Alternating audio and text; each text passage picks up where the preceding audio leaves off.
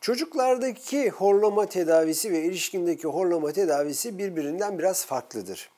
Erişkin insanlarda horlama tedavisinde burun ve küçük dil bölgesi ön planda düşünülürken çocuklarda burunla ilgili herhangi bir cerrahi işlem yapılmaz. Aynı şekilde küçük dil üzerine de herhangi bir cerrahi işlem yapılmaz.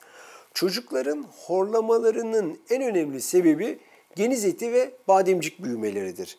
Bu nedenle horlayan çocukların genellikle burun içi muayene edilir, geniz etleri büyüklükleri araştırılır, bademcik büyüklüklerine bakılır.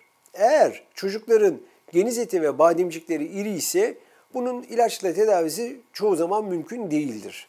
Cerrahi olarak geniz etinin alınması, bademciğin alınması ya da bademciğin küçültülmesi tarzında tedavi şekilleri uygulanmaktadır. Geniz eti dediğimiz doku küçültme tarzında bir tedavisi söz konusu değildir. Ama bademcikler alınabilir ya da küçültülebilir. Bugün daha çok teknoloji kullandığımız için değişik yöntemlerle, radyo frekans yöntemiyle en fazla uyguladığımız bademciklerin küçültülmesi söz konusu olmaktadır. Eğer çocukların bademcikleri sık enfeksiyon geçirmiyor, sadece irilik nedeniyle, tıkanıklık nedeniyle çocuğa rahatsızlık veriyorsa bademciği almak yerine küçültmeyi tercih edebiliyoruz.